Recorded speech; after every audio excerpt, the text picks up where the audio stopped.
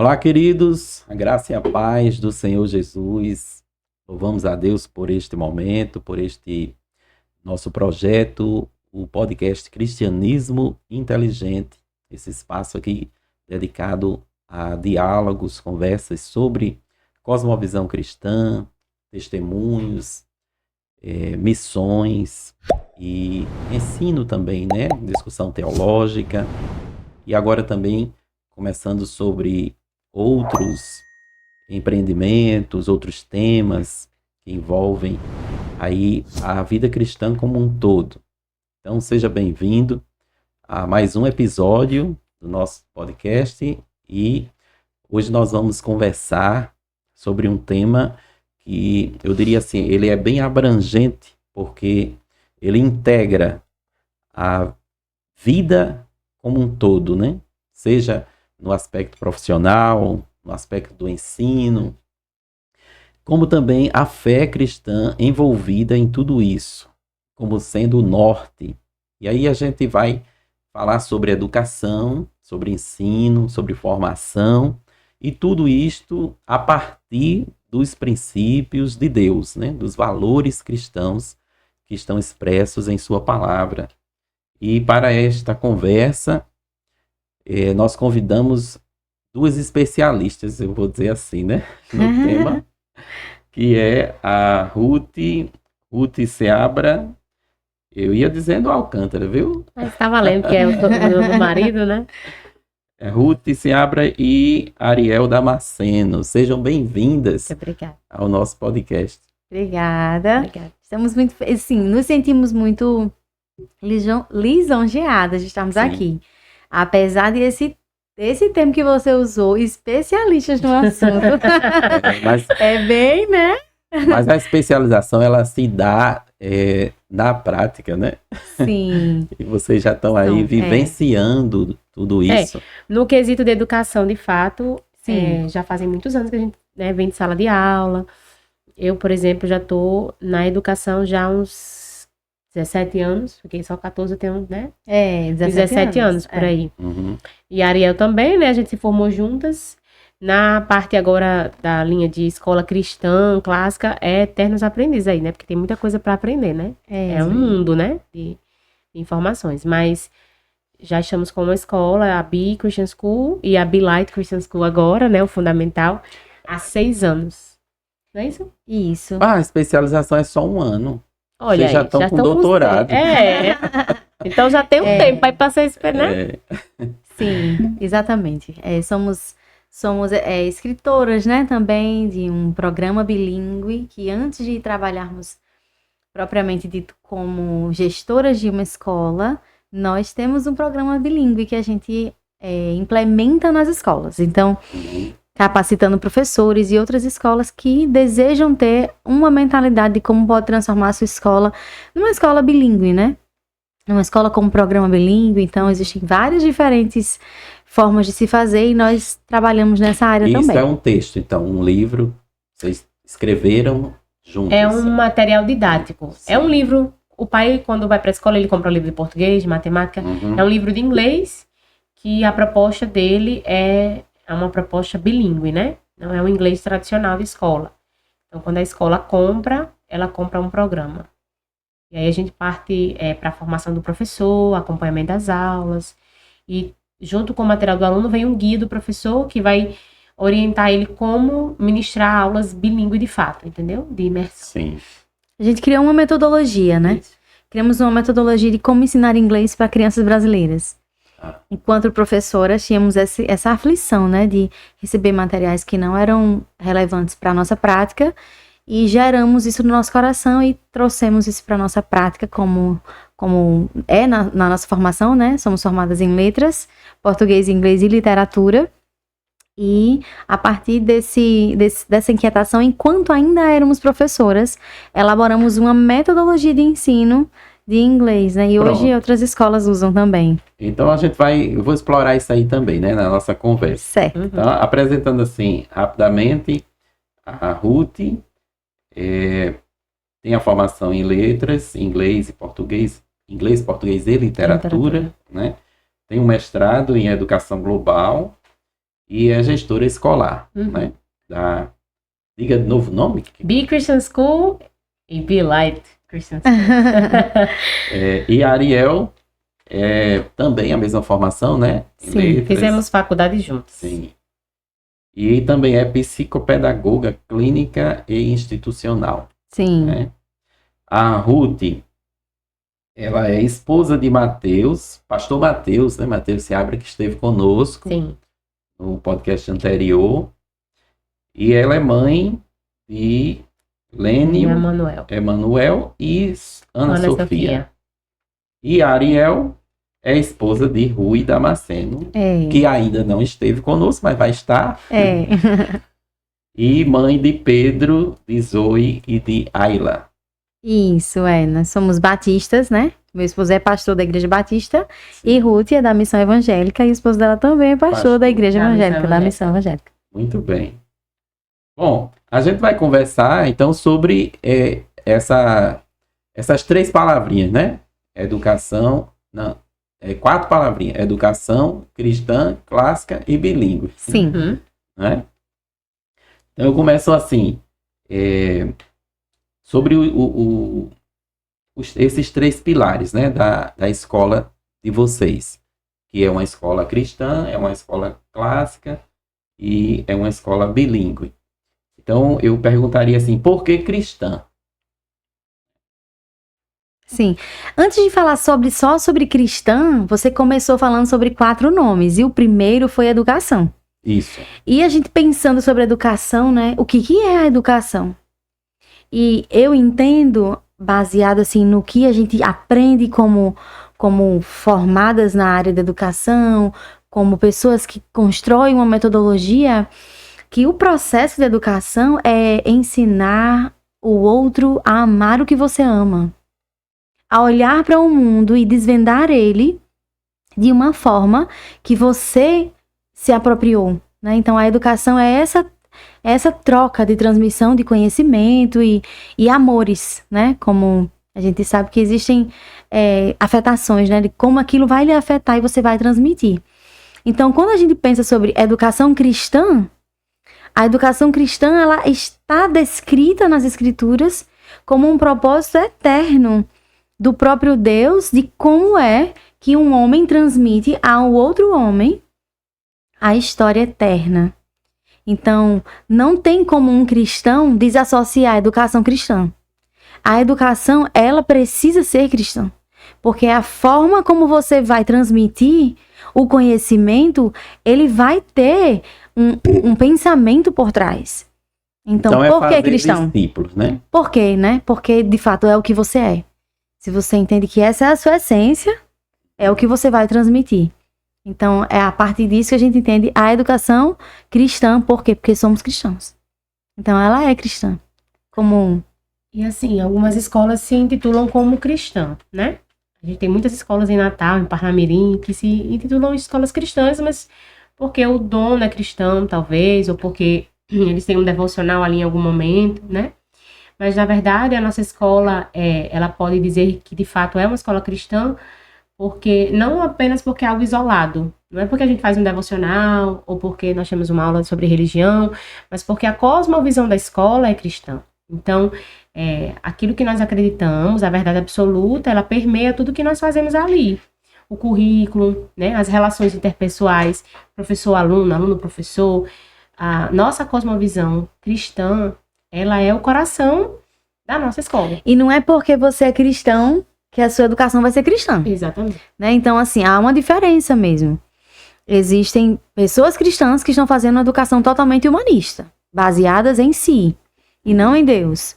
Então, a educação, quando ela fala assim, a nossa escola, ela é cristã, o que a gente precisa dizer é que os professores precisam ser cristãos, mas o material, os livros que as crianças estudam, precisam ter uma cosmovisão cristã.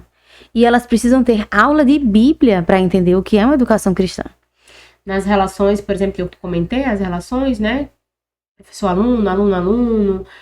Por exemplo, a gente faz orientações com os professores de que quando um aluno faz algo errado, entra numa discussão com um coleguinha, né? Geralmente nas escolas se coloca, perdeu 10 minutos senta aqui, vai ficar esperando. Mas nós não, aconselhamos, orientamos os professores a ministrar no coração daquela criança, né? Ali foi um pecado, você precisa entender sobre aquilo.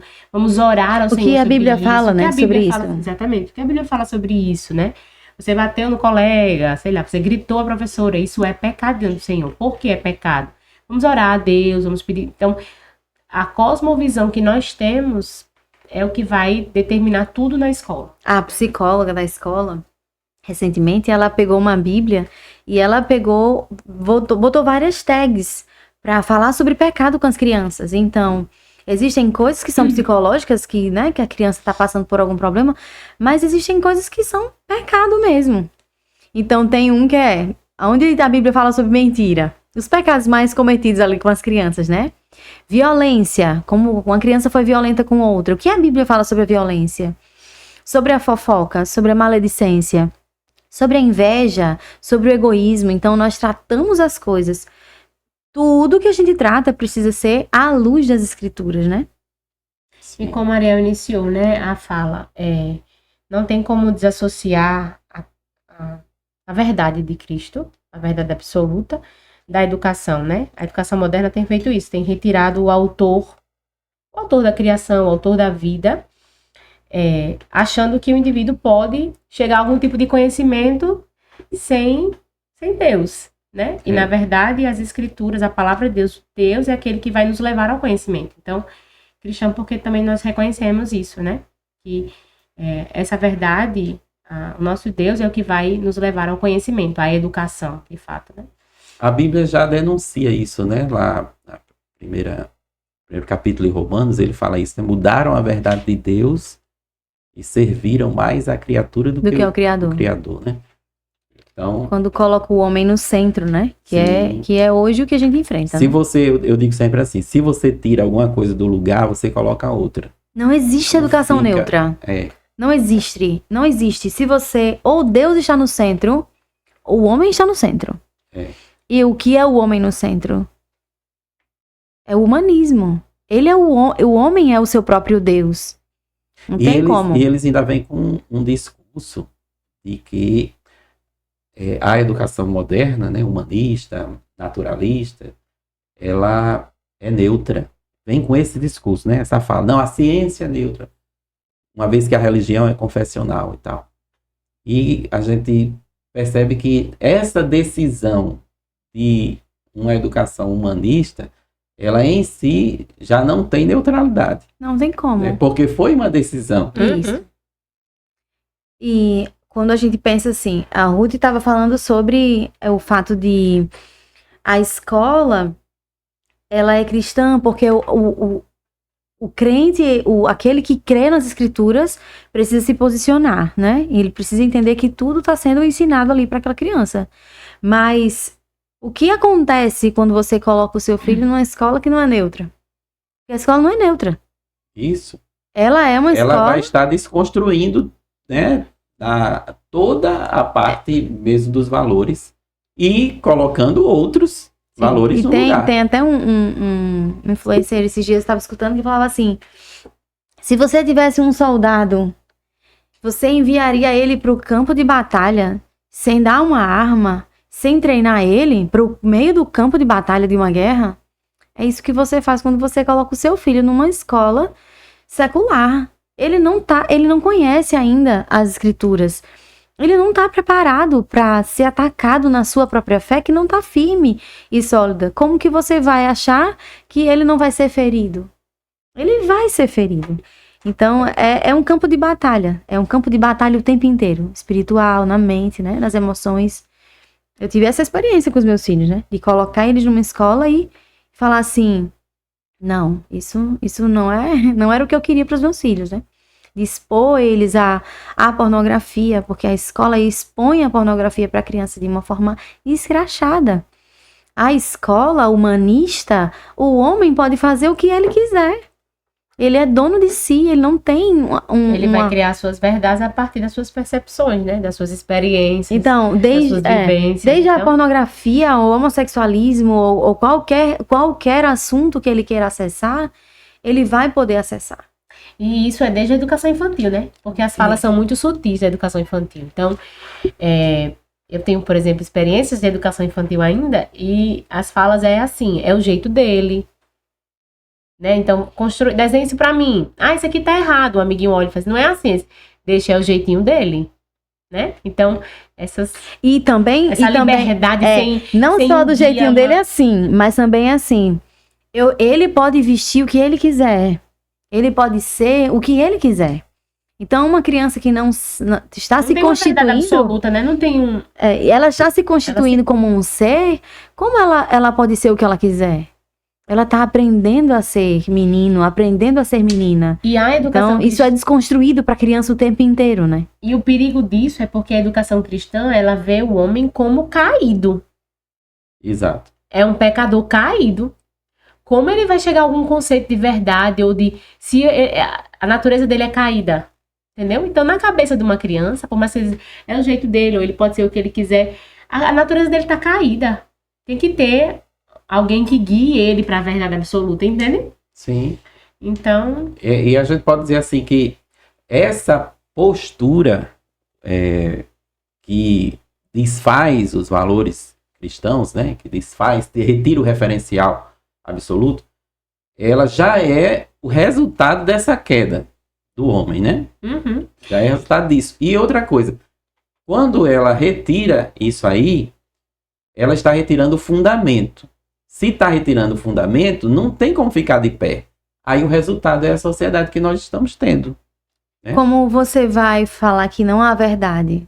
Isso é verdade? Sem falar nesse ponto de que é uma posição autocontraditória, né? Não passa nem pelo teste da lógica. Exatamente. Né? Daí não precisa nem usar a Bíblia para desfazer.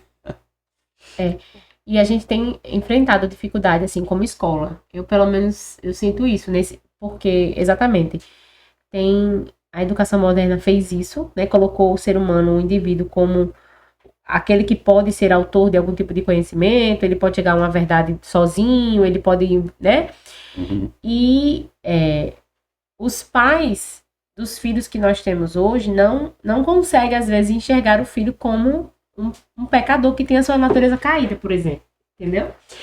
E é difícil a gente conseguir desconstruir para construir. E não só o pai ou o aluno, mas o professor também.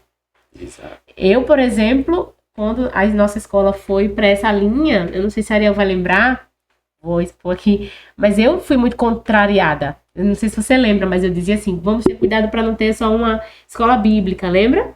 Eu não entendia que a educação cristã clássica, ela é uma excelência acadêmica associada à verdade absoluta, a cultivar a virtude. Eu não entendia isso. Na minha cabeça a gente vai ficar aqui contando historinha bíblica. Então, muitos pais hoje que... Vai ser uma escola dominical. Isso. E vai cair a questão acadêmica, o conhecimento, né? Como se o conhecimento moderno fosse o que se faz hoje, né? Que é apenas superficial, aprender ali uma coisa pontual, ou aprender a partir das suas percepções, porque na educação infantil tem muito isso, né? Aprender a partir da sua vivência, das suas percepções. Então, mais uma vez o homem é o centro, né? Ele não pode dizer a ele o que é certo e o que é errado. Ele tem que viver e ele tem que identificar como ele vai fazer isso, entende?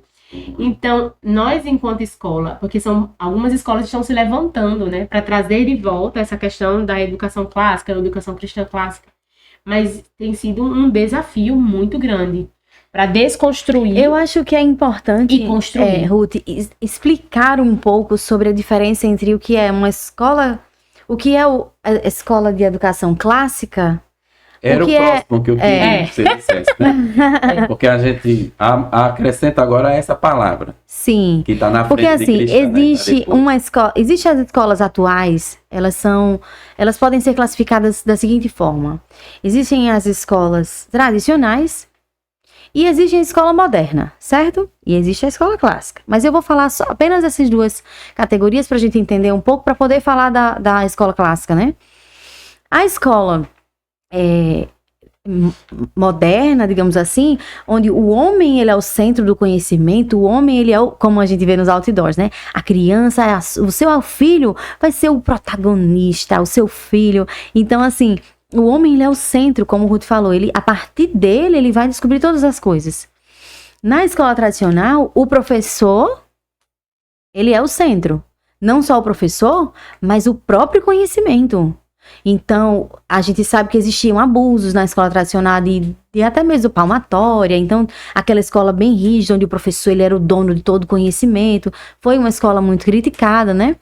Então, existe esses dois modelos de escola ainda presentes, né? Inclusive, eu, como missionária, né, visitei várias escolas na África, onde essa escola tradicional é muito forte e presente, onde ainda as crianças apanham errou a tabuada, apanham, se comportou mal, apanha. O professor é assim, mais alto, né? Ele é o centro. Ele é o centro daquele aprendizado.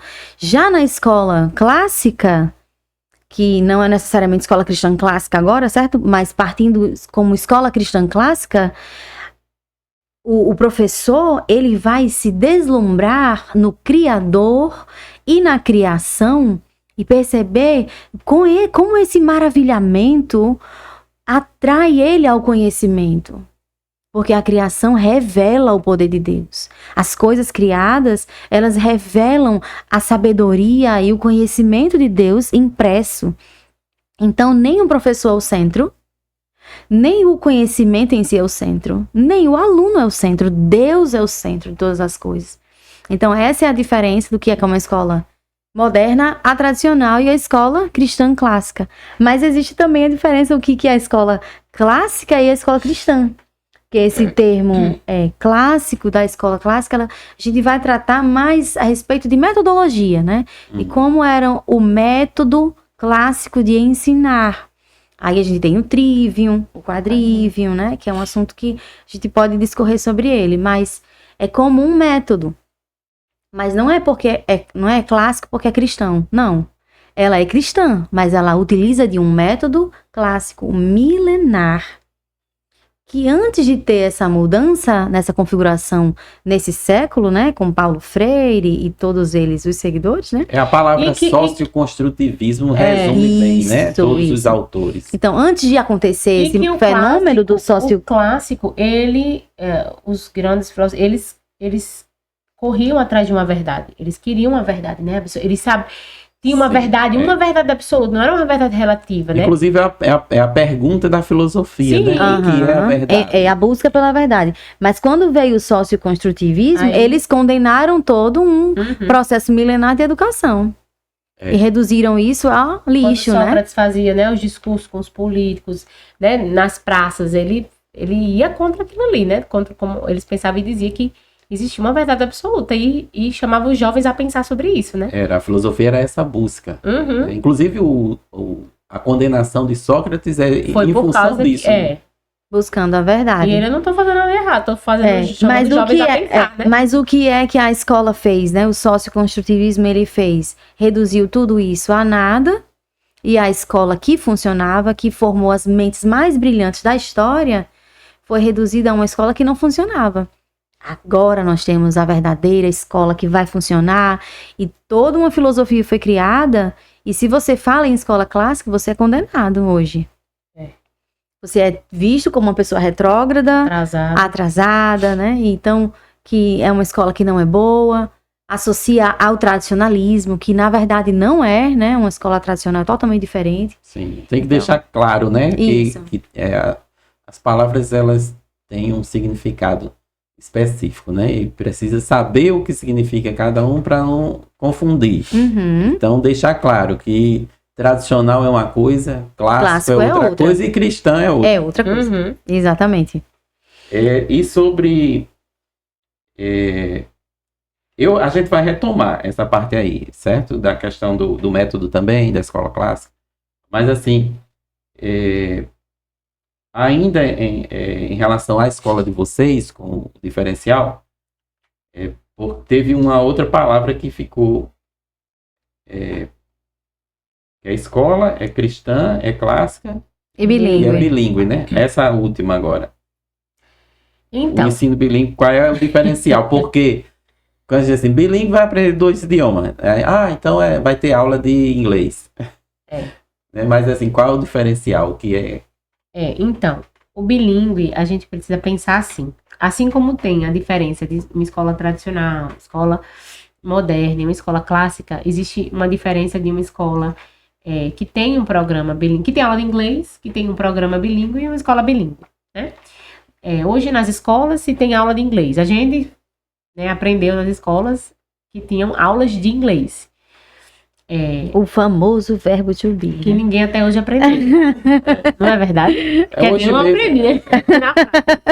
hoje mesmo eu estava assistindo o podcast de um colega meu, um professor meu, né, da universidade. E ele falando sobre o dia do professor, que foi ontem, né? E ele comentava isso, né? Que o aluno universitário, ele não sabe ler um texto em inglês. O aluno universitário, isso, como é que pode? Você vai fazer uma universidade, mas você não consegue ler um texto em outro idioma. Mas a cultura monolíngue, ela é minoria no mundo. A maioria dos países, se você fizer uma análise mais crítica, você vai ver. A maioria dos países, as pessoas, elas têm sim o acesso a mais de um idioma. Eu tive também a oportunidade de conhecer lugares e etnias onde as crianças falavam 3 idiomas com 5 anos. Então, nós vivemos num mundo isolado, num parêntese aqui, né? Mas existe um mundo de pessoas que são trilíngues, né? Eu lembro quando por necessidade, né? Estou dando aula de filosofia, eu lembro sempre aos alunos aquela expressão penso logo existo, de Descartes, né? Sim. Um dos principais do racionalismo. Que o termo original é cogito ergo sum, né? Que é em latim. Mas não é que ele pegou a palavrinha, o termo lá em latim e escreveu no texto dele. Não, ele escreveu o livro em latim. Escolheu o idioma, né? Sim. Quer dizer, dominava vários idiomas e escolhia, não, eu vou escrever nesse aqui. E é uma coisa que a escola clássica propõe, né? O ensino do latim. E é, assim, um motivo de críticas da educação ao ensino clássico. Por que ensinar latim se o latim é uma língua morta? Existe essa provocação ao ensino do latim na educação clássica, porque o latim é a língua que conecta muitas outras. Então, quando você desvenda o latim, você consegue aprender com mais facilidade muitos outros idiomas. A minha filha tá jogando Duolingo de latim, porque ela descobriu isso. Como ela queria um caminho mais fácil para aprender vários, e aí ela rapidinho pensou assim, nossa, vou estudar latim por si só. Né? Então, é uma coisa que conecta. Aprender um idioma é abrir uma porta para um outro mundo. Uma outra cultura. Uma outra cultura. Então, são possibilidades que não você só encontra, isso, né? Há estudos que comprovam que um indivíduo bilíngue, ele cognitivamente, socialmente, ele apresenta mais vantagens do que um monolíngue, por exemplo, né? Isso, mas existe, como o Ruth estava explicando, a diferença entre a escola bilíngue, a escola que tem o inglês e a escola que tem um programa, né? Existe aquele inglesinho. Eu falei do professor, porque ele terminou a crítica dele dizendo, a gente chega lá no ensino universitário, né? Sem saber inglês. Sabendo só o que significa a palavra... A expressão to be. Bom, então, como eu estava dizendo, o programa bilíngue, né, que algumas escolas estão despertando para isso, às vezes opta por ter um programa porque não quer mudar toda a sua estrutura da escola no sentido de projeto polipedagógico, ou às vezes não tem condição porque é bem custoso para uma escola ser bilíngue, de fato.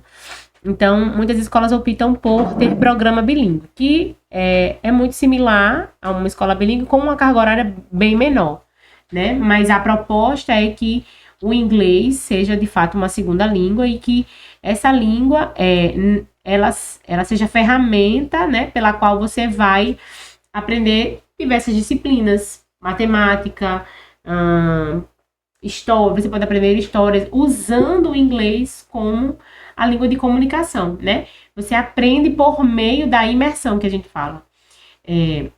Vivenciando, né? Esse ambiente que respira inglês. Então, o aluno, ele vai aprender por meio da assimilação. A gente aprendeu inglês por meio da tradução, né? A gente falava que amarelo é yellow, que verde é green, né? Que carro é car. E, na verdade, na proposta bilíngue, de verdade, o aluno, ele vai associar aquilo que ele está vendo com aquilo que ele está ouvindo, e ele vai fazer essa associação para poder, de fato, aprender uma língua. Então, o professor não fala português na sala de aula, e ele ensina através do método de associação. Então, ele está aqui conversando com a criança e vamos supor que ele está falando sobre família naquele momento, né? Ou sobre a criação de Deus, os animais, e ele vai mostrar animais e vai estar falando inglês. Look, it's an elephant, it's so big. Então, a criança vai olhar e vai associar aquilo que ela está vendo. Elephant, ela mostrou um elefante. It's so big, ela fez um gesto assim, né? Que parece ser grande, e ela falou big, então ela vai associando. Eu me identifico muito, não sei se a Ariel foi assim, mas eu me identifico muito com essa proposta da imersão, essa proposta eu me lembro que foi assim que eu aprendi inglês, né? Então, meu pai é pastor e por muito tempo, na verdade, antes de ser pastor, ele era missionário mesmo, assim, de abrir projetos em favelas, né? Em comunidades muito carentes, Passo da Pátria, Lixão, aqui, né? E eu acompanhava, eu e minhas irmãs. Ele botava a gente no ônibus, a gente levava sopão e ia fazer os projetos todos os sábados. E quando a gente estabelecia o projeto, aí ele ligava para alguém, o pastor, implementar a igreja, né?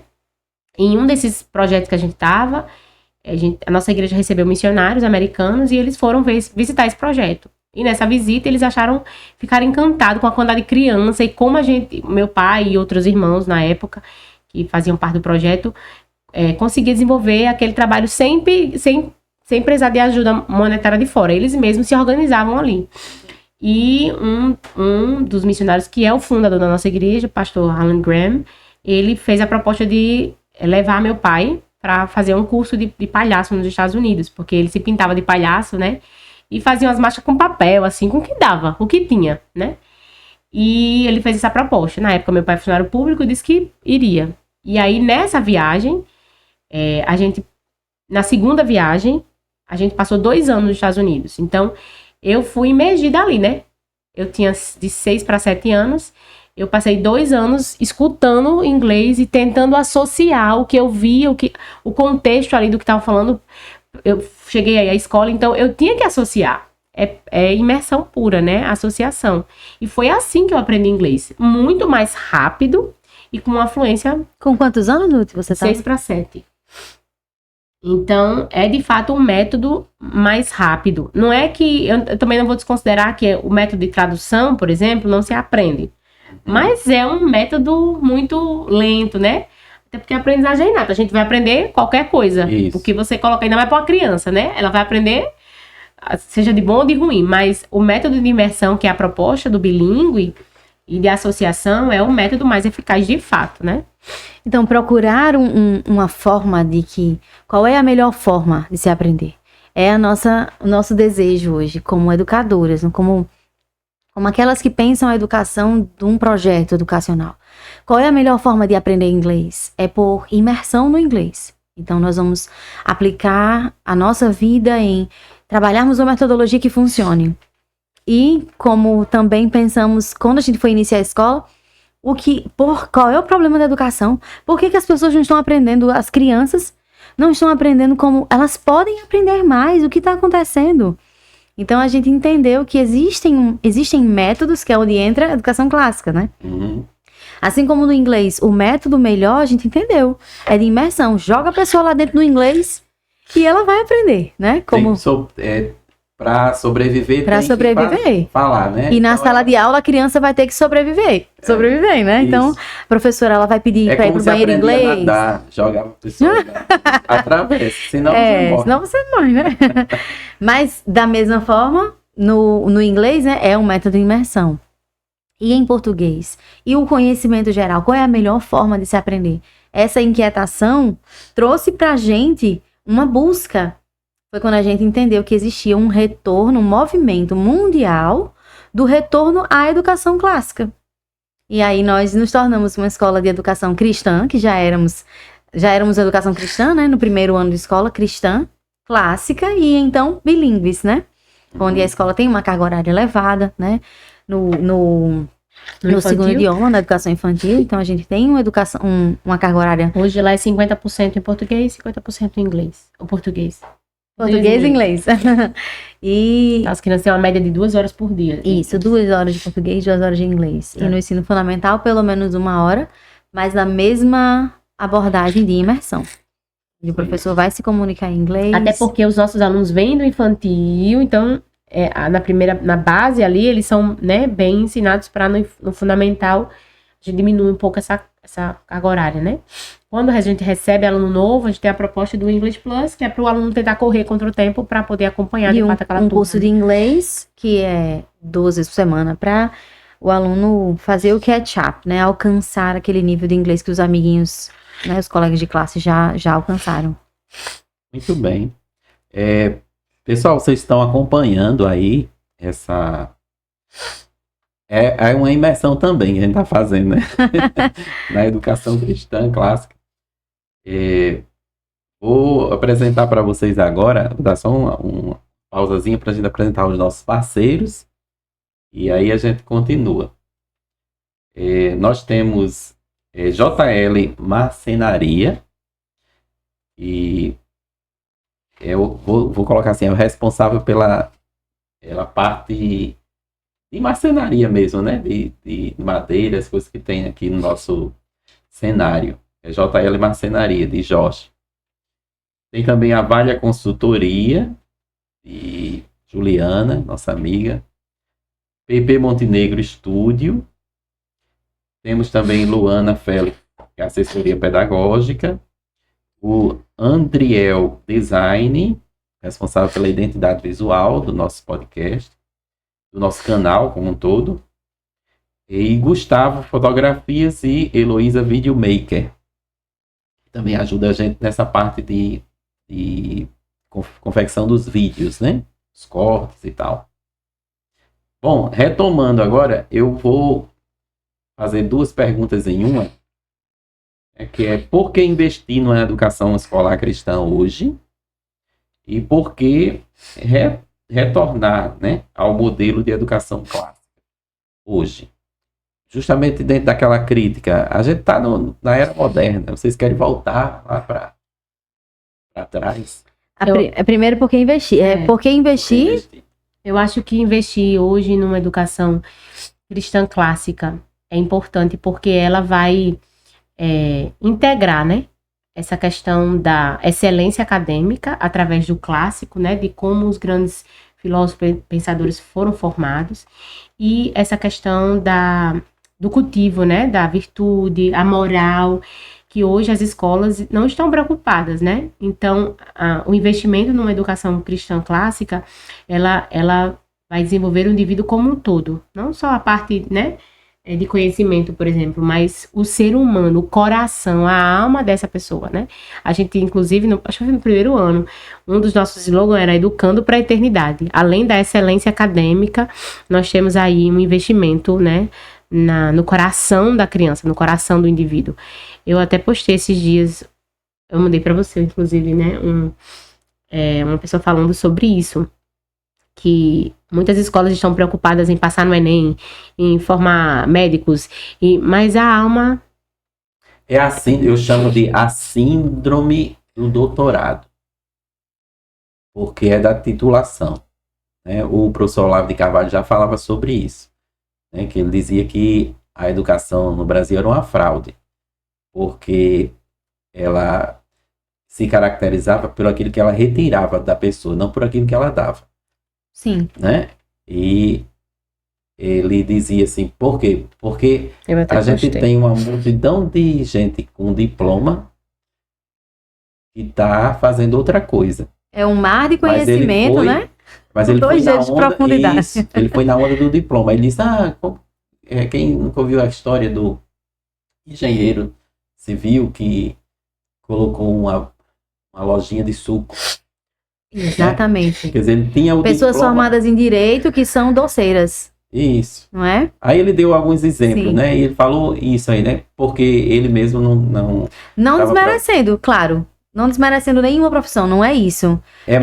Mas é a síndrome do diploma. Sim. Mesmo, né? A crítica não é a profissão. Sim. A crítica é a busca por canudo. Isso. Né? Que no final das contas, ele não vai lhe trazer algo para a vida como um todo, né? Mas e não vê sentido, a pessoa não consegue ver sentido.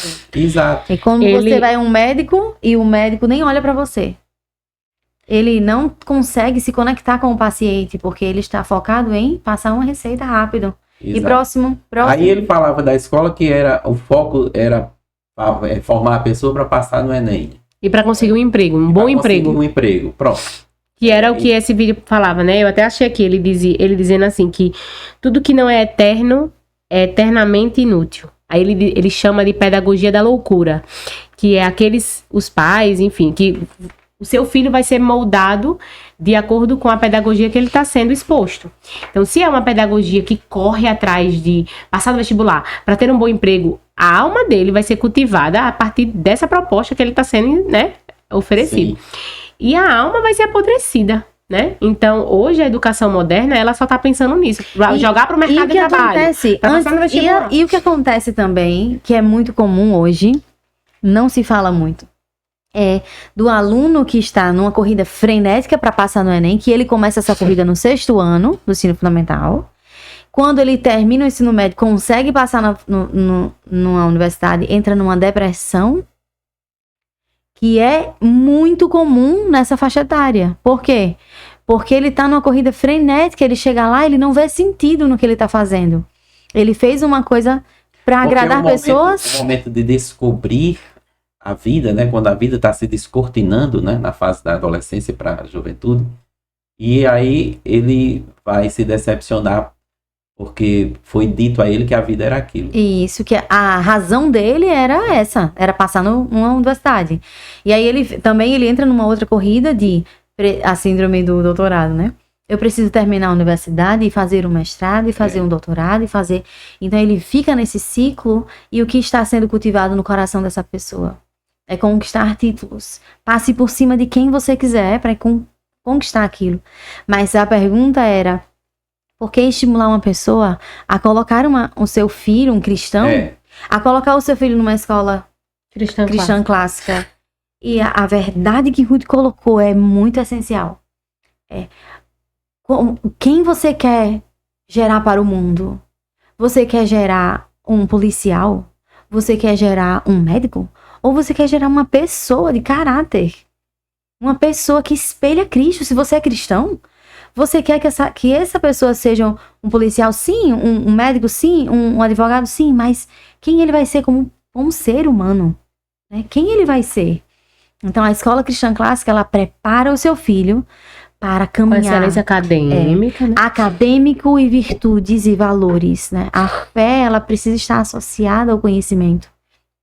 Não há dicotomia, né? Não há dicotomia. Do ser. Ele é um ser integral. Ele é um só. Uhum. Eu lembro muito, e sempre gosto de dizer, a frase de Martinho Lutero, né? Que perguntaram a ele o que se deveria fazer para fazer a vontade de Deus. Aí ele perguntou, qual a sua profissão? Aí ele disse, eu sou um sapateiro. Ele disse, faça um bom sapato e venda por um preço justo. Você está fazendo a vontade de Deus. É a vida, né? Educação para a vida. Virtudes. Uhum. E quando a escola tira isso... e ela começa a focar apenas no mercado de trabalho, a gente forma homem sem peito. Como C.S. Lewis fala. Homem sem peito. Aí depois... é a abolição do homem mesmo, né? Como ele traz essa... E ele ainda diz lá, né? Que depois que tira o peito, né? Que faz a extração, aí fica exigindo dele. Sim. O peito. E mas aí? Ele já tirou? Já tirou. O que vai fazer de uma pessoa que não foi ensinada a olhar o próximo? Né? Então a gente vai criar uma geração de cientistas, pessoas capacitadas, loucas. Isso é tão sério, porque parece que no Brasil eles conseguem deixar mais sofisticada a coisa, sabe? Não há nada tão ruim que não possa ser piorado. Porque aqui no Brasil apareceu um título que só tem aqui, né? Eles acharam pouco o doutorado, que é o ápice, aí colocaram o chamado pós-doc, né? Sim. Que não tem valor nenhum, em canto nenhum, mas né? Como titulação. Mas é porque, assim, é essa síndrome, né? Esse desejo que não é... E por que aumentam as doenças psicológicas? Por que o aumento de consumo de remédios? Porque o aumento de doenças mesmo, de busca por qual é a área que está mais em alta, é o psicólogo. Porque vivemos uma sociedade louca, insana, que perdeu o fim principal do homem. Qual é? Glorificar a Deus e se alegrar nele. Sim. Então, se você não tem, se você tira a razão de ser do homem, que é de glorificar a Deus, ele fica desnorteado. Que você falou sobre o alicerce. Você tirou o alicerce. A pessoa não tem onde pisar. Frase de Agostinho, né? Lá nas Confissões. Os fizestes para ti e nosso coração só encontrará descanso em ti. Isso. E como não está se buscando descanso em Deus, então Não vai ter descanso. Não vai haver descanso. Não tem descanso nenhum. E essa busca é frenética. Então, como um cristão pode educar e ensinar o seu filho? Se ele tem esses valores e a escola que ele coloca o seu filho não tem nenhuma preocupação de ensinar a amar o próximo. Não tem nenhuma preocupação em tratar o coração e não só o comportamento. Né? De saber por que essa criança está fazendo isso. Então, aí consiste em onde você vai colocar o seu filho. Ela vai passar 4, 5 horas por dia sendo treinada a pisar nos outros, a olhar o bullying, a competir o tempo inteiro, né? E essa corrida frenética. Então, um cristão deveria se preocupar com isso. E por que voltar para o clássico? Tem por quê? Porque o clássico. Porque a educação moderna tem sido um desserviço para os nossos filhos. Agora vamos... E eu quero voltar àquilo que foi durante toda a história, né? É clássico porque, né? Vamos lembrar daquela analogia da Coca-Cola? Porque você lembra daquele desafio que teve da Pepsi? Que chegou, que a pessoa bebia a Pepsi e a Coca e dizia assim, você vai experimentar para saber se é Coca ou se é Pepsi. Sem o rótulo, né? Não é? E aí a pessoa provava e, uau, é a mesma coisa. Nesse momento que houve esse marketing do Pepsi para imitar a Coca-Cola fez o quê? Lançou uma nova Coca-Cola. Adicionou mais açúcar, fez uma nova, alterou um pouco para deixar ela nova, moderna, né? E colocou nova Coca-Cola. O que aconteceu? Começaram a fazer um protesto e dizer, queremos a Coca-Cola clássica, nós queremos a velha Coca-Cola. Isso nos Estados Unidos, né? E a Coca-Cola entendeu que estava perdendo consumidores e lançou a Coca-Cola original com o nome Coca-Cola Clássica. Então, o que é o clássico? O clássico é aquilo que era bom, aquilo que resiste ao tempo. O preto é clássico. Por quê? Porque é uma coisa que resiste ao tempo. Em qualquer circunstância é boa. A música clássica, ela resiste ao tempo, ela alcança gerações. Ela tem o seu valor. O livro clássico, por que ele é clássico? Então, por que voltar à educação clássica? Porque ela tem valor. Porque ela, com o tempo, ela permaneceu. Ela já provou que era boa, que funciona. E as outras também já provou que não funciona, né? A moderna. Como é que você tem... Quais são os referenciais modernos que a gente tem de filósofos? De pensadores e cientistas, grandes nomes? Eu vou dizer de novo mais uma frase de Olavo de Carvalho. Ele disse, desses 30, 40 anos de formação em filosofia, o Brasil não produziu um filósofo. Pois é. Cadê? Quem são? Vamos pensar no último século, 100 anos. Quem são? Os referenciais que a gente tem. Eles vêm antes. Isaac Newton, ele é dessa escola. Então, Dorothy Sayers é dessa escola. O C.S. Lewis, o Tolkien. Então, são nomes que tocaram a geração. O C.S. Lewis mudou a concepção do ensino de literatura do mundo. Então, não tem como se falar de literatura sem falar de C.S. Lewis. Então, você olha para a atualidade, o que essa escola está produzindo? A gente precisa abrir os olhos.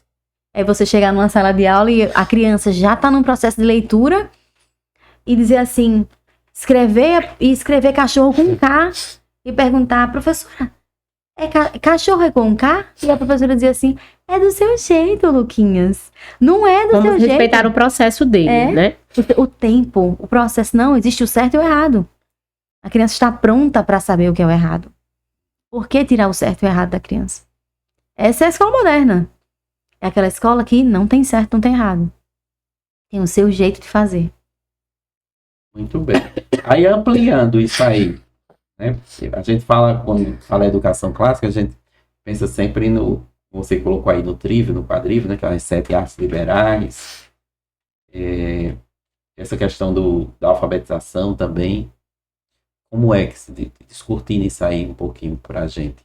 Você quer saber o que é o Trivium e como é que funciona a parte da metodologia em si, não é? Exato. Porque Sim. a pessoa diz assim, certo, mas aí que método é esse? Você está falando que é uma metodologia diferente. Sim. É a metodologia das gerações passadas que funcionou e tal, mas o que é isso? O que é isso, né? Uhum. A gente parte de um ensaio que a autora é Dorothy Sayers, né? Ela faz essa análise crítica. E isso em 1930? Não, 1830. O ensaio dela Aham. é depois da Segunda Guerra, né? No período ali naquele período, né? Da Contemporâneo a C.S. Lewis. Então ela vai fazer essa análise de ver como estava a educação. E ela faz isso olhando para os jornalistas. E ela diz, eles não sabem se comunicar bem, eles não sabem escrever bem. Por que que essas pessoas não estão escrevendo bem se a escola hoje ela é mais moderna, ela é melhor? E aí é quando ela diz assim, tá errado. E ela vai fazer uma busca e um resgate à educação que funcionava. A partir do ensaio que ela escreve, As Ferramentas Perdidas da Educação, ela começa a resgatar quais são essas ferramentas. E sistematiza para o mundo um modelo de educação que funciona, que é o Trivium, que é proposto no modelo de educação clássica. O Trivium são as primeiras 3 artes liberais, né, que a gente fala sobre a lógica, a retórica, A gramática, a lógica e a retórica. E aí, o Ruth pode explicar um pouquinho sobre o processo dos 3 e como eles funcionam. Eles estão, porque as 7 artes liberais são as 3 primeiras que envolvem que desenvolvem, né, a parte da linguagem e do pensamento, né? Por isso a gramática, a lógica e a retórica. E o quadrivium, que é aritmética, geometria, né, música, eles desenvolvem a parte de números, de ordem, né? E quando você associa o trívio com o quadrívio, eles vão desenvolver, né? Juntos vão possibilitar você conseguir desenvolver em qualquer campo de conhecimento. Então, ciência, medicina, qualquer profissão que você precisar desenvolver. Porque você tem agora desenvolvido a parte da linguagem, do pensamento crítico, né? E a parte da ordem de números. Então... Por isso, ferramentas, né? As ferramentas. Você foi apto a usar as ferramentas. Que a BNCC hoje tentou fazer uma divisão meio assim, né? De linguagem, mas, enfim. Mas o pensamento mesmo das 7 artes liberais é para que desenvolvam a linguagem e o pensamento a partir do trívio, que é a gramática, a lógica e a retórica, que na educação infantil, inclusive, e que a gente desenvolveu o programa bilíngue antes, sem nem saber, a gente não tinha tanto conhecimento sobre educação clássica, só abrindo um parênteses, quando a gente desenvolveu o programa bilíngue, o material, nós fizemos são os 4 passos do método do bilíngue, né, que a gente falou no início. E eles estão enquadrados dentro da gramática, da lógica e da retórica, né, a gente... Depois de um tempo dando treinamento para as professoras, uma das professoras identificou isso. Fizeram isso por intuição e... Pois é. E a gente nem tinha... O pastor Rodrigo Mocelin, né? Ele escreveu Homeschooling, acho que é o título do livro dele. Ele explica um pouquinho sobre isso, né? O trívio e o quadrívio. E aí, quando ele está começando a explicar, ele diz: todo mundo aprende assim. Você faz isso quando você está aprendendo. Na parte do Trivium, como metodologia em si, explicando só na prática, a Dorothy, ela percebe que existem fases do aprendizado. Então, uma criança, por exemplo, que está fase do papagaio, na fase que é de repetição, ela está apta a repetir com prazer. Então, ela vai cantar muitas vezes a mesma música, ela vai pedir para repetir a mesma história várias vezes, porque ela gosta da repetição e é a maneira de se aprender. Então, é a melhor fase de se aprender sistematicamente por repetição. Então, é a fase da gramática, é onde você vai acumular conhecimento. Então, na metodologia clássica, a fase da gramática de português, você vai aprender regras gramaticais. Qual é a gramática de matemática? É a tabuada. Qual é a gramática da história? É uma linha do tempo. A gramática da geografia, memorizar países e capitais. E lá na escola eles fazem isso todos os dias, né? A gente faz a repetição todos os dias. Então, na educação infantil, por exemplo, eles começam a aula memorizando os sons das letras que estão aprendendo naquele momento, né? Que vai da alfabetização fônica, né? Eles vão falar sobre os sons. Inclusive, meu filho, esses dias estava em casa e estava fazendo um sonzinho. Aí eu já identifiquei, né? Leninho. Então, eles têm um momento do início da aula de repetir, de retomar o que foi aprendido antes e repetir novamente, né? No inglês isso também acontece. Isso na educação infantil. Essa é a fase da gramática, é a fase da repetição, acúmulo de repertório, né? Que a criança ela está recebendo uma carga de conhecimento por repetição. E aí a escola moderna diz o quê? Que é um repeteco. Que é um retrocesso, porque isso é retrógrado. Não traz o significado, né? Mas se uma criança... Não conecta a criança com a interação no ambiente. É uma língua, um discurso, né, falacioso. Mas é uma fase que eles amam. Se você fizer várias vezes, eles vão aprender. Os nossos alunos, eles memorizam o sistema nervoso, o sistema digestivo. Com música. Com brincadeiras. Como chama chant em português? Rimas, né? Com rimas. Então, é a fase da gramática. A fase da lógica é a fase que é do petulante, né? É aquele que vai perguntar por que é assim. Então, a criança já está na fase já do Fundamental 2. A partir do 6º ano, ela já entra nessa fase de pensar logicamente, de pegar aquilo que ela aprendeu, o conhecimento da gramática, e aplicar a lógica. Eu aprendi a tabuada. Agora eu vou aplicar essa lógica da tabuada em equações. Então, na parte de ciências, eu memorizei o sistema nervoso. Agora eu vou ver de que forma esse sistema nervoso se conecta com outros. E por que essas coisas acontecem dessa forma. Então, é a fase da lógica, de pensar criticamente, né? O adolescente que está discutindo, que está querendo argumentar e ter a razão, então ele vai pensar logicamente. E olha que legal, quando eu falei que nós fizemos isso sem ter tido muito conhecimento anteriormente, quando a gente fez o programa. Nas aulas de inglês, o programa do bilíngue lá, as crianças têm aula de aprender vocabulário em inglês. Então a professora mostra uma imagem, por exemplo, da cor azul. E ela fala, look, this is the color blue. Say with me, repeat, blue, as crianças, blue. E aí, eles vão aprender. A gente faz blue com música, blue, blue, blue. Ou faz blue com body language, movimento corporal. Linguagem corporal. Com várias formas, para eles fixarem a palavra blue, blue, blue, blue, blue. E aí, eles vão partir naquele mesmo processo. Eu sei que tem o período da idade da criança, que tem a gramática, mas naquele mesmo momento, a gente ainda consegue trazer a lógica aí.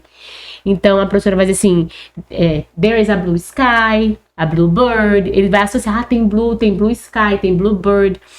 E no final do mês, de tanto eles verem aquele assunto e, né, raciocinarem, eles têm um momento que a gente chama de culminância. E lá, eles ficam no palco e eles vão falar, apresentar para os amiguinhos que estão assistindo tudo que eles aprenderam aquele mês. Que é a fase da retórica. Que eles vão falar o versículo que eles aprenderam o mês inteiro, o versículo bíblico, porque sempre começa a aula eles memorizando, né?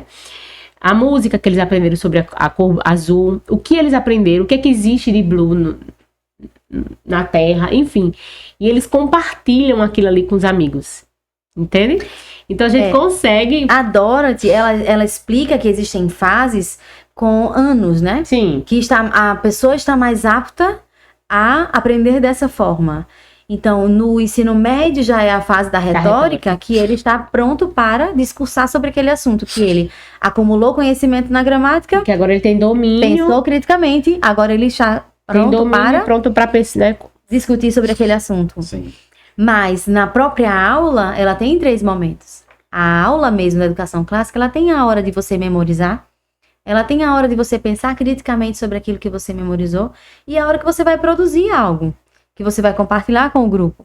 Então a gente não vai fazer uma memorização cega. Ela não vai passar a vida inteira memorizando até os 12 anos para então, não, ela vai Já ter... fez então a crítica, né, socioconstrutivista de que Isso. não tem significado no Ela aprendizado. vai atribuir significado àquilo que ela memorizou, porque senão é uma memorização burra, né? Uma memorização cega. Então a gente precisa trazer a criança para, a partir daquilo que ela memorizou, como eu posso encaixar isso na sua realidade, né? Então é só uma fase, uma maneira de se aprender. Como na universidade é a fase da gramática. No mestrado é a fase da lógica. Você vai falar, né, de outra forma. Na graduação você vai defender só falando o que disseram. Fulano disse isso na sua dissertação. Não, né? você não tem No seu TCC. Você não tem opinião própria. opinião Você própria. vai falar sobre o que as pessoas falaram. Então é a fase da gramática. O mestrado já é a fase da lógica. Né? Eles disseram isso, então você vai analisar criticamente aquilo que as pessoas disseram. E Mas ainda não vai ainda dar não a é sua opinião. Mas na fase do doutorado é a fase que você pode falar. da retórica. Então você tem propriedade agora para falar. Você desenvolveu a gramática, você pensou logicamente no mestrado, e então você está no doutorado. Então esse é um processo que acontece sempre. E a gente pode analisar isso em vários, né, segmentos. Muito bem. Agora, ampliando mais ainda, né, a questão das virtudes. O cultivo das virtudes. Explique sobre isso também, porque isso está incluso, né? E também a falta que existe hoje na escola moderna, né? O que são as virtudes, né? Isso. A gente tem Agostinho que vai falar sobre o ordo amores, né? A ordenar os seus amores. E como o homem ele precisa encontrar-se em Deus para que esses amores eles sejam ordenados. Para a fé cristã, evangélica, protestante, as virtudes, elas são todas encontradas no fruto do Espírito. Amor, alegria, paz, longanimidade, benignidade, bondade e fidelidade. Dentro dessas virtudes, você vai desenvolver do fruto do Espírito, as características do fruto do Espírito você vai encontrar todas as virtudes que você precisa para ser quem Deus chamou você para ser. Para você cumprir o seu propósito eterno. Qual é? Glorificar a Deus e se alegrar nele. Você tem como amar ao próximo, se você não for uma pessoa virtuosa, não tem como. Tudo consiste no amor. Então, as virtudes, a gente sabe que existe uma vertente católica, né?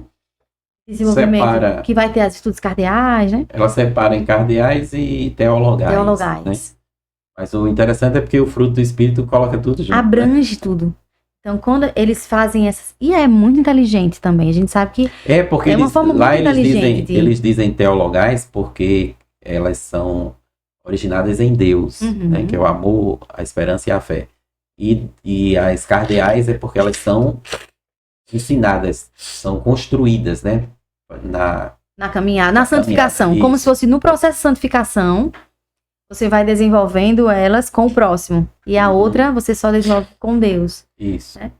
Mas para nós, como cristãos evangélicos, entendemos que tudo encontra-se nas escrituras explícito no final e das pronto. contas, né, que o fruto do Espírito já está dizendo. Já tá ali. Todas elas só podem se houver a dependência de Deus, né? Isso. E ter uma escola que vivencia isso é uma experiência incrível. Porque você vê pecadores que são crianças, né?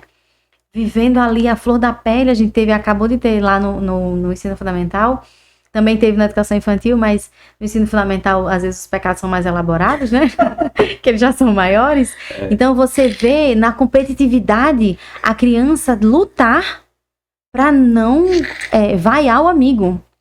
Porque eles perdiam ponto se ele humilhasse o time adversário. Então, precisa haver uma competição saudável. Então, essa virtude vai ser trabalhada em olhar para o próximo e valorizar, se alegrar com o que se alegra. Que a ideia não é... Chorar com o que chora. A ideia da virtude, né? De treinar a virtude, de ter uma disciplina assim mesmo para treinar mesmo a virtude.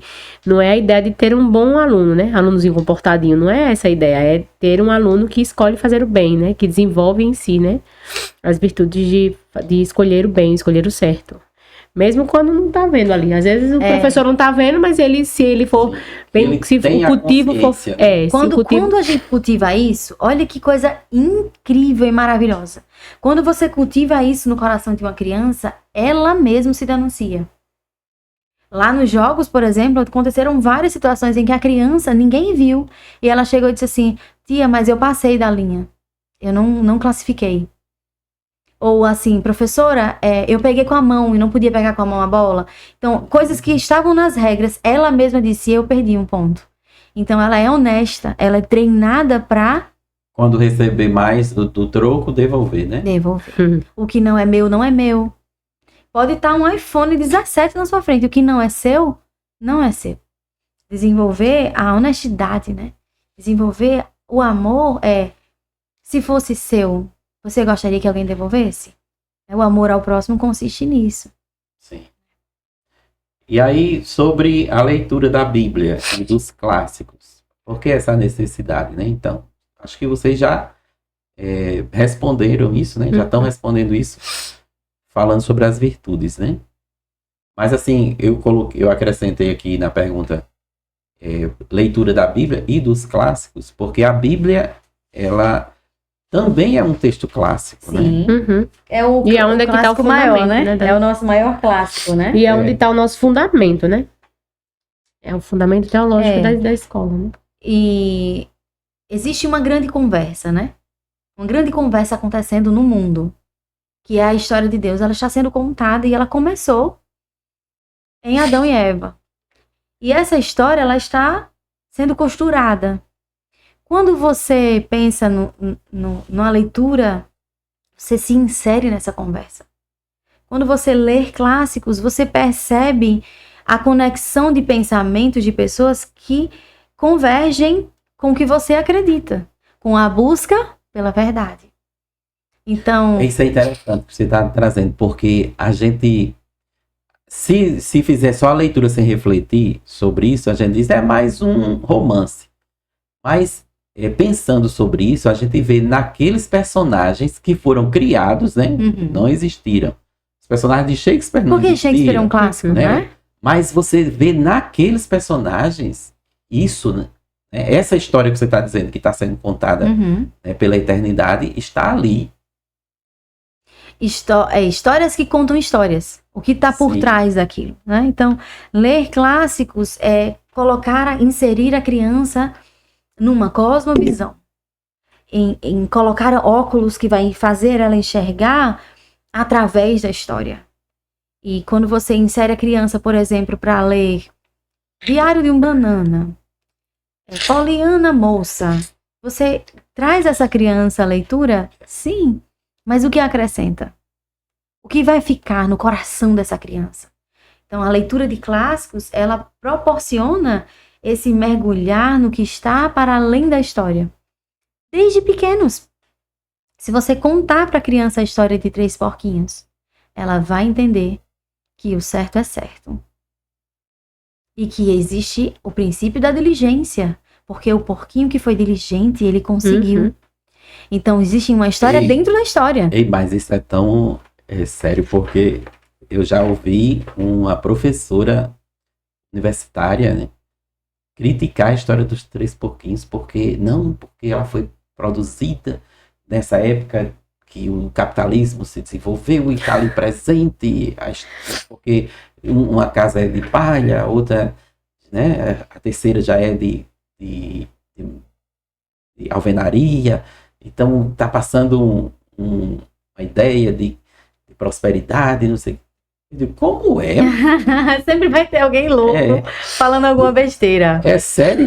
E desconstrução, a desconstrução do clássico. Qual é a ideia da desconstrução do clássico? Por exemplo, infantil.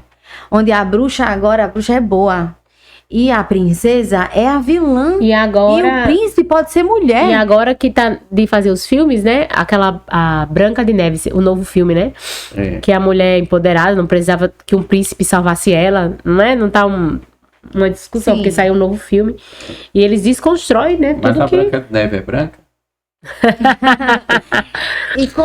Que a bruxa é boa. Mas o que acontece quando você desconstrói um clássico? Por que se lê um clássico? Porque uma história que foi pensada com moral, com valores, com princípios. Quando você desconstrói, o que você está dizendo? Vamos desconstruir os valores. Isso. Não é a história em si. Não é a história. Vamos mudar os fatos para qualquer pessoa se identificar com esse personagem. Mas você como educador, você vai gerar no seu aluno o desejo pelo quê? Se você desconstrói aquele clássico. Então agora a bruxa é boa. Então eu quero ser a bruxa? Então eu não preciso ser a princesa? Ou então eu posso ser um príncipe? E isso vai fazer com que a gente gere uma criança confusa. Confusa, porque a coragem não vai ser mais positiva e a covardia não vai ser mais negativa. Sim. Né? Então o estudo de clássicos, ele é para isso. Ele é para construir solidamente princípios e valores e inserir a criança na história que está sendo contada. Quando você entra numa sala de aula, imagina, você chegou atrasado numa aula de matemática. Quando você entra naquela sala de aula, você não sabe o cálculo onde está. Então você fica sem entender como é construir esse cálculo. Do mesmo jeito somos nós quando a gente entra na história de Deus, no mundo. A gente chegou, mas tem uma coisa sendo contada aqui, que nem na aula de matemática. Você precisa saber o que foi contado antes, para você se inserir nessa história. E o clássico vai lhe situar. O que é que estava sendo contado antes de eu chegar aqui? E vai me construir essa linha do tempo para eu saber qual é a minha finalidade de vida. O meu propósito eterno. Porque o homem tem um propósito eterno. Sim. Se o homem cria um celular, ele cria para resolver um problema. O homem criou uma xícara para resolver um problema. E Deus criou o homem para resolver um problema. Qual é o problema que você vai resolver? É o seu propósito eterno.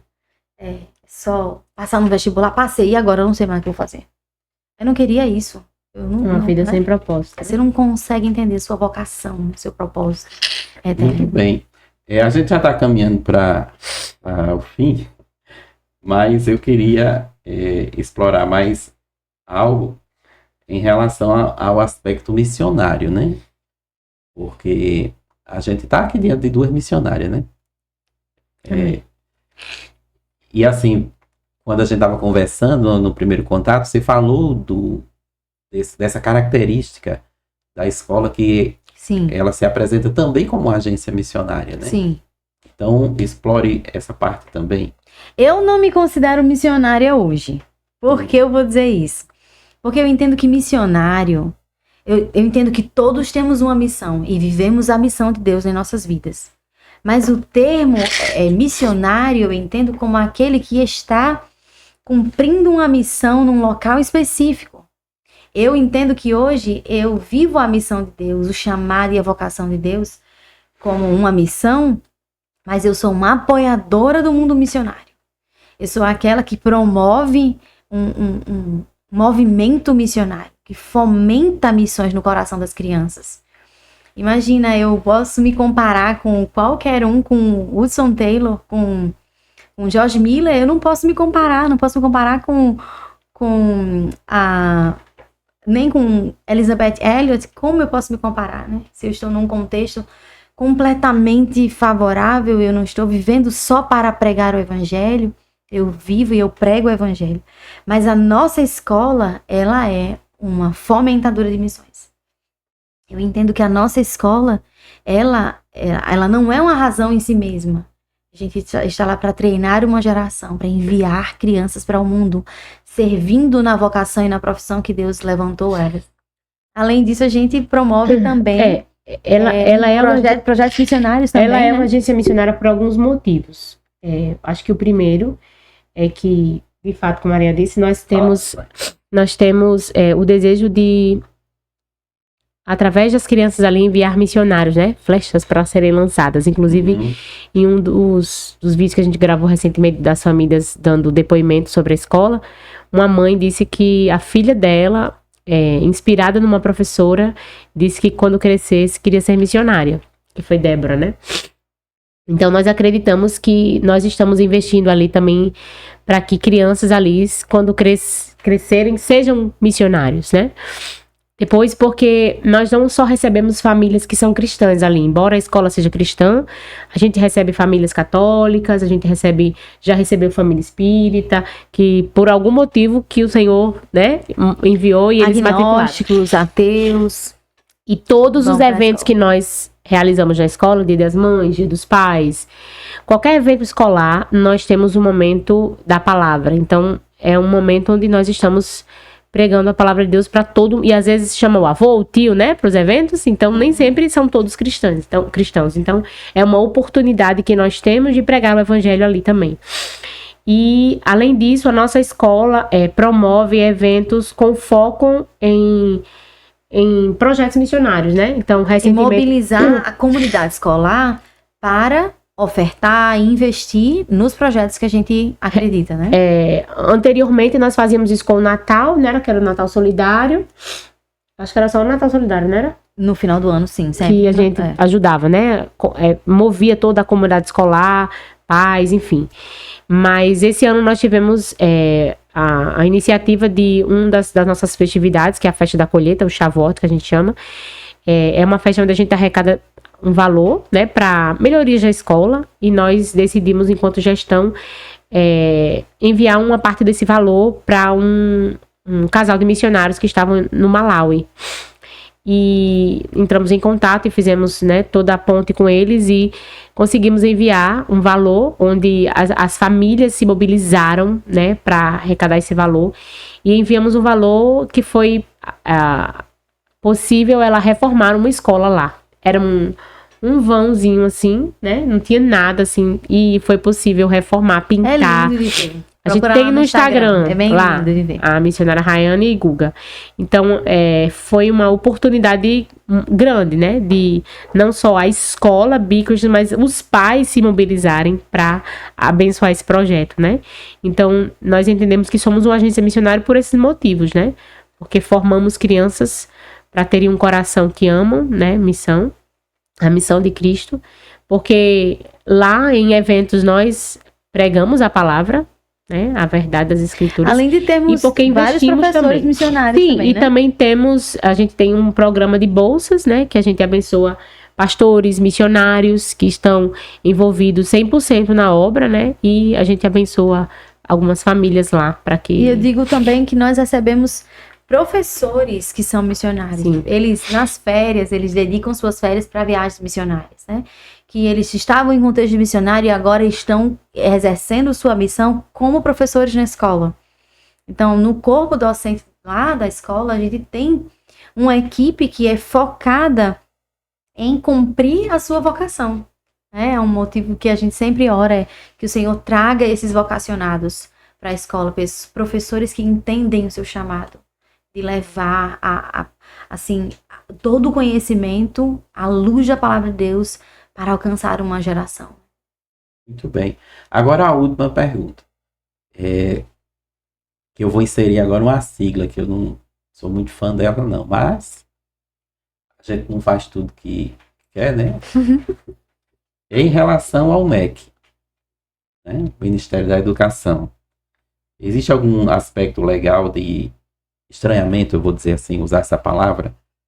Porque essa questão da confessionalidade de um lado e a laicidade de outro lado. Porque vou matricular meu filho, né, minha filha numa escola cristã, mas aí o Estado não é laico. Esse discurso, né, esse discurso secular, relativista, e como é que fica isso em relação à escola de vocês, o modelo, né, de uma escola cristã clássica, com o Ministério da Educação? Pode falar. No Brasil, essa questão de ser laico, né, é o Estado e não necessariamente a sociedade, né? Então, as escolas privadas, as escolas estaduais, né, elas obrigatoriamente são laicas, porque pertencem ao Estado. Mas as escolas públicas. As escolas públicas, né? Mas a escola privada, hoje ainda, no Brasil, né, nós temos a possibilidade, no PPP, que é o Projeto Polipedagógico, de descrever que somos uma escola confessional, né? posso lhe dizer que existem problemas no órgão público, né? Sim. Que quando a gente envia, a gente tem algumas resistências. Volta o documento, corrige não sei o que, tira. Mas não há O nada, impedimento em si, isso, né? Não há, para mas- ser uma escola confessional, de fato. Mas eu acredito que o impedimento, ele se dá pelo fato de uma escola não ser competente pedagogicamente. Quando uma escola se posiciona pedagogicamente como competente, você não precisa enfeitar o seu projeto político-pedagógico com religião. Você precisa falar o que é de competência pedagógica e como você faz aquilo. Então, eu acho que o importante é você falar a linguagem do que você faz de forma coerente. E dessa forma você consegue se sair bem. Agora, se você começar a florear e falar de Jesus no PPP, que não é o foco desse documento, não há necessidade. Mas você pode sim se posicionar, por exemplo, informando no projeto político-pedagógico que você vai ter uma aula de ensino religioso. Porque isso é algo que é previsto pela nossa Constituição. Então, isso não há nenhum problema para nós. A gente não enfrenta problemas com relação a isso. Até porque a questão do MEC, né, da BNCC, ele vai estar ligado à questão de carga horária, né, aos campos de experiência. Então, nós podemos desenvolver um PPP, que é o documento, né, que vai reger a escola, que vai estar de acordo com o MEC, mas essa parte da cosmovisão, embora esteja também no projeto, ela se dá mais do relacionamento mesmo da escola com a família, da escola com o aluno, né? E nós não Misturando É. as coisas, né? não No é sentido de termos técnicos, eu falo. sim, de termos sim. E em nenhum momento nós não atendemos o que o MEC pede, né? Na questão Não deixa de atender. na questão do que eles pedem de carga horária, né? Todas as das disciplinas disciplinas que precisam estar lá. Os né? assuntos que precisam ser abordados, né? Então, todos os assuntos que precisam ser abordados como uma escola comum, nós abordamos e além. Isso. Então, a gente não fica no que o MEC pede, a gente dá além. Então, a gente cumpre com tudo que é proposto na BNCC e damos além. Até porque a BNCC é uma base, né? Isso. Então, o que é uma base de um país no ranking mundial da educação dele está lá embaixo. Isso é a base. Então, eu como escola vou dar a base? Não. Eu vou dar o que eu entendo que é além da base. E nosso currículo clássico é um material que é traduzido de materiais que são norte-americanos. Então, a gente dá o que escolas no mundo estão dando para os seus alunos e não o que o Brasil está dando simplesmente. Então, a gente dá o que o Brasil pede, mas incrementamos com aquilo que a gente entende que é possível de ser implementado, que a criança está apta a receber e que vai ser bom, belo e verdadeiro, né? Para o ensino. Educando na de educação verdade, básica. com bondade e beleza. Esse é o slogan do próximo ano, né? Diga aí como é? Educando na verdade, com bondade e beleza. Sim. O elemento metafísico, o elemento ético Sim. e o elemento estético, né? Uhum. A E os três verdade. valores que são inegociáveis. Sim, Para nós, não existe relatividade nesses três valores. sim. A verdade, A bondade. a bondade e a beleza. Muito bem. Ruth e Ariel. Agora o conselho final, né? Tem mais? Sim. Eu queria que vocês falassem sobre a visita, né? Da escola. Isso, essa parte todinha aí depois faz o Quando vai conselho ser final. lançado aqui? Vai ser Esse. Quando entra no Natal. 24. Então, informação da Esse Bilight. vídeo só vai ser lançado dia 24? Então, informação da Bilight. Certo. Porque o da Big Christian já vai ter passado. Porque é no dia 25 já. Sim. E o da Big Christian já é sábado agora, dia 18. Então fala só do outro, né? Só do dia 25, então, né? Pronto, pode ser. Bom, considerações finais, né? É. Para mim é um prazer estar aqui com vocês. Falar sobre aquilo que a gente tem paixão é muito fácil. É aquilo que a gente vive, é aquilo que a gente entende como valoroso e valioso, né? Então, a educação, ela precisa ser vista pelos líderes da igreja. Como na Reforma Protestante, cada igreja era uma escola. Nós estamos sonhando com mais escolas, com mais pessoas que se levantam com essa bandeira de como vamos treinar os nossos soldados. Quem está treinando a próxima geração não é a igreja, é uma escola humanista, secularizada. Então, nós estamos aqui para levantar uma bandeira de uma educação livre de ideologias, firmada em Deus e na sua palavra. E que mais pessoas se levantem, que mais igrejas, pastores e líderes despertem para essa necessidade e a gente não entrar na mesma onda que aconteceu na Europa, de haver um grande movimento e depois uma grande involução, né? Uma grande morte da igreja. Então precisamos levantar essa bandeira da escola. E convidar todos, né, que quiserem conhecer também a nossa escola.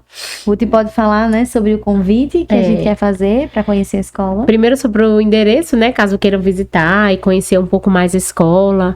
Seriam apresentados tanto a estrutura da escola como a questão da pedagogia, né, do que nós ensinamos.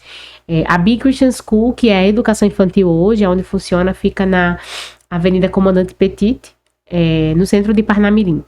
E a Be Light Christian School fica do outro lado da BR, né? Já no bairro da Coabinal, já fica perto do Gamiódromo ali. Então, na rua do Baratão das Embalagens. Então é um comércio bem conhecido. Então são escolas super bem localizadas em Parnamirim. Então as famílias que moram, por exemplo, nos condomínios que estão lá mais na Zona Sul, né? Tem rota direta para a escola. É um oásis. Para quem é cristão e entende o valor de uma educação cristã, é um oásis, porque somos de fato uma escola cristã, clássica e bilíngue. E nesse sábado, dia 25, nós vamos ter a gente fala que é o Light Experience, né? Então, a Be Light, que é o fundamental, nós vamos ter um momento onde os pais podem se inscrever e virem conhecer a escola. Os filhos vão participar de um momento onde vão vivenciar como acontece a nossa escola, né? Vão experimentar a nossa escola. Os pais vão ter um momento de palestra sobre os nossos pilares, os 3 pilares da escola, e os alunos vão estar vivenciando um momento de aulas de inglês e algumas oficinas. Então, é um convite que fica, né? Quem desejar ir conhecer, vai ser um momento muito especial. O tema é a fantástica fábrica de virtudes, né? Então, a gente vai fazer uma leitura do clássico A Fábrica de Chocolates e trabalhar essas virtudes, de quem eram essas crianças da fábrica. E quem foi o vencedor, né, do prêmio, que era o menino mais virtuoso, que foi aquele que ganhou o prêmio. Então vamos fazer a contação da história. Vai ter oficina de cupcakes com as crianças. Então vai ter promoções para quem quer ingressar na escola, conhecer a metodologia. Então é um momento que é o nosso aniversário. É o aniversário da escola, né? O aniversário da escola. E a gente premia as famílias, né? Tanto as famílias da escola, que tem premiação para indicar famílias, quanto quem chega também nesse dia. A gente dá um presente especial. Só no dia. Só nesse dia, que é o dia do aniversário da escola. Dia 25 de outubro. Muito bem. São bênçãos, né? Bênçãos de Deus. Bom, nós queremos agradecer a presença, a participação de vocês. Eu creio que esse descortinar de uma proposta pedagógica, de ensino, né, de educação, ele está sendo movido, né, pela mão de Deus para libertar muitas famílias. Então, nossos votos é que a bênção de Deus cada vez mais seja expandida nesse projeto. E a gente quer concluir passando a lembrança para vocês. Ai, obrigada. Né? Eu obrigada. Sei que tem tudo a ver, né? Sim. Porque escola cristã clássica tem verde, né? Sim, precisa ter. Natureza. Precisa ter a natureza. Precisa ter. Bom, então aí fica o nosso presente, nossa lembrança para vocês, quando cuidarem, estarem lembrando da gente. Muito obrigada. A gente vai orar também, né? Para que o Senhor abençoe o podcast e consiga alcançar mais e mais pessoas com essa mensagem, né? De Sim. onde podemos ver Deus em todas as áreas. Vamos então concluir com a oração, Sim. né? Pedir para a missionária que disse que não era missionária. Puxa que diz, né? Se você é cristão e não é missionário, você é um impostor, né? Mas estamos na missão de Deus, com certeza. Eu vou orar. Pai, obrigada por esse privilégio de podermos viver compartilhando as tuas boas notícias aonde vamos. A minha oração hoje é para que esse podcast ele alcance pessoas, alcance corações que estão sendo preparados por ti, Senhor, para investir na tua obra em qualquer área, na área de empreendedorismo, na área da saúde, na área da educação. Que cada pessoa que escuta esse podcast seja tocado por ti, Senhor. Nós te agradecemos pela vida dos nossos irmãos que se empenham em fazer esse trabalho como uma oferta a ti. E que o Senhor acrescente cada dia mais sabedoria, conhecimento, paz, e que eles vivam para a tua glória, Pai. Muito obrigada também. Agradecemos pela escola e pela oportunidade que temos de apresentar o teu projeto para a cidade de Parnamirim aqui nesse podcast. Muito obrigada, Pai, em nome de Jesus. Amém. Amém. Deus abençoe a todos. Amém. E até o próximo.